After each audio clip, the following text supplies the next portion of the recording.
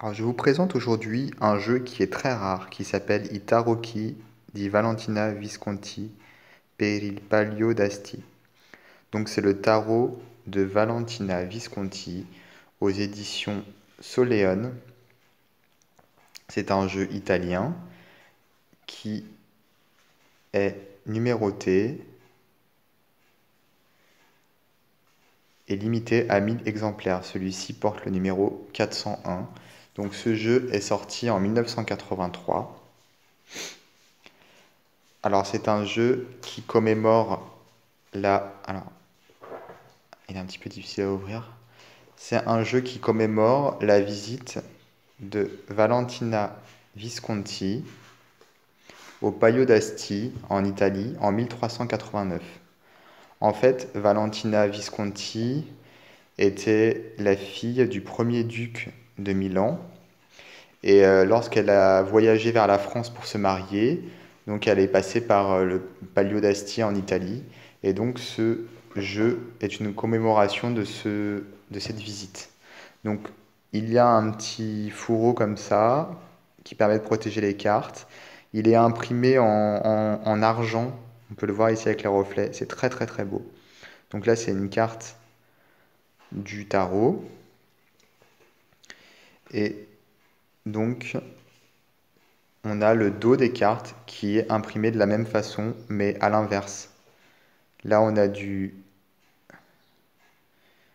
vert et le dessin est en gris et là la carte est en gris et le dessin est vert. C'est un encre un peu métallisé. C'est très très très beau. Donc on a un livret, enfin un livret, un dépliant qui est écrit en italien, qui explique ce que je vous ai dit finalement, c'est-à-dire que c'est un tarot commémoratif de la visite de Valentina Visconti. Et en fait, on a dans ce jeu 10 cartes supplémentaires.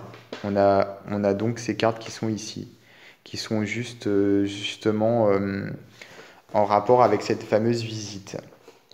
Concernant les autres cartes, on a la même construction qu'un tarot classique.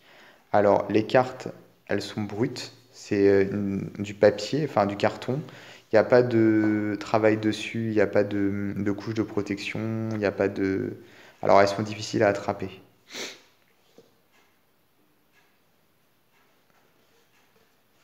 Je fais attention de ne pas en prendre deux, parce qu'en plus, comme elles sont épaisses, on a du mal à se rendre compte.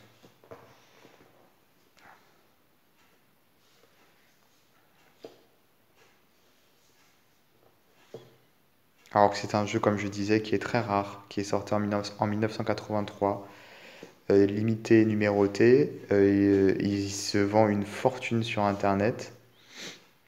Et d'autant plus qu'il s'agit d'ici de Valentina Visconti. Et les tarots des Visconti sont les premiers tarots qui sont connus euh, à l'heure actuelle. Donc du coup, ça rajoute un petit peu de la valeur finalement d'avoir pensé à créer et réaliser un tarot sur Valentina Visconti et sa visite au Palio d'Asti. Bah, c'est plutôt original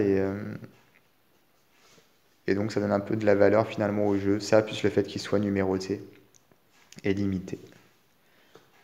Les cartes sont très jolies, c'est très simple, hein. Le papier est un peu sépia. Enfin, le carton est un petit peu, ouais, un peu sépia, un peu jaunâtre. C'est joli aussi. Là, on a l'impression peut-être dans la vidéo que c'est blanc, mais c'est pas complètement blanc. C'est crème en fait. Voilà. Et après ici, on a les cartes spéciales.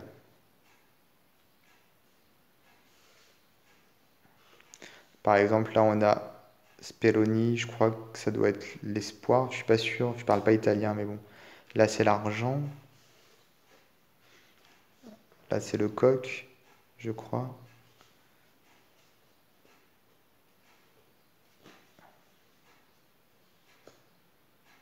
Alors, je pense que dans le livret, ils expliquent un peu mieux. Là, il y a la connaissance, le courage, intrigue, l'astuce, je pense, la liberté. Et après, on passe sur les mineurs. Donc les deniers.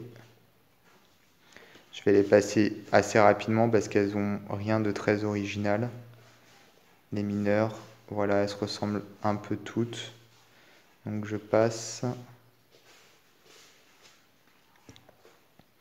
Là, les figures, le valet, le cavalier. Moi, je sais pas trop ce que ça veut dire. Et le roi. Après, on a les épées que je passe aussi un petit peu rapidement.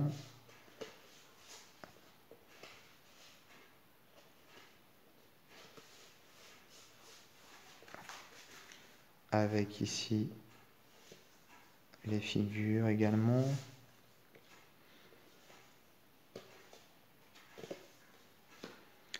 J'ai un petit peu du mal à savoir s'il y a une ou plusieurs cartes, parce qu'elles sont très épaisses, comme je l'ai dit tout à l'heure.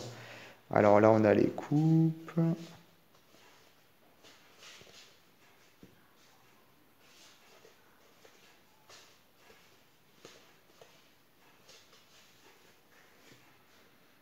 Le valet, cavalier. Je sais pas ce que ça veut dire domina. J'imagine que ça doit être une façon de dire la reine, même si la reine, normalement, c'est Regina.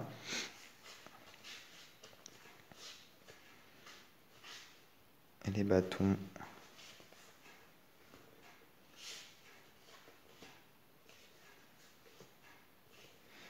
Alors, elles sont très épaisses. La taille en hauteur, je pense que c'est à peu près standard. En largeur, elles sont un petit peu moins larges qu'un tarot classique. Voilà, le dos est très très joli. Le petit papier ici, le petit carton pour protéger les cartes, je le trouve très très beau également.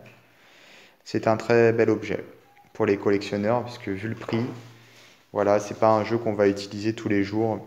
En plus, il glisse très très mal. J'ai même du mal, vous voyez, à remettre les cartes comme il faut, parce que comme elles ne sont pas du tout travaillées au niveau protection, il n'y a pas de produit qui les rendent glissantes ou brillantes.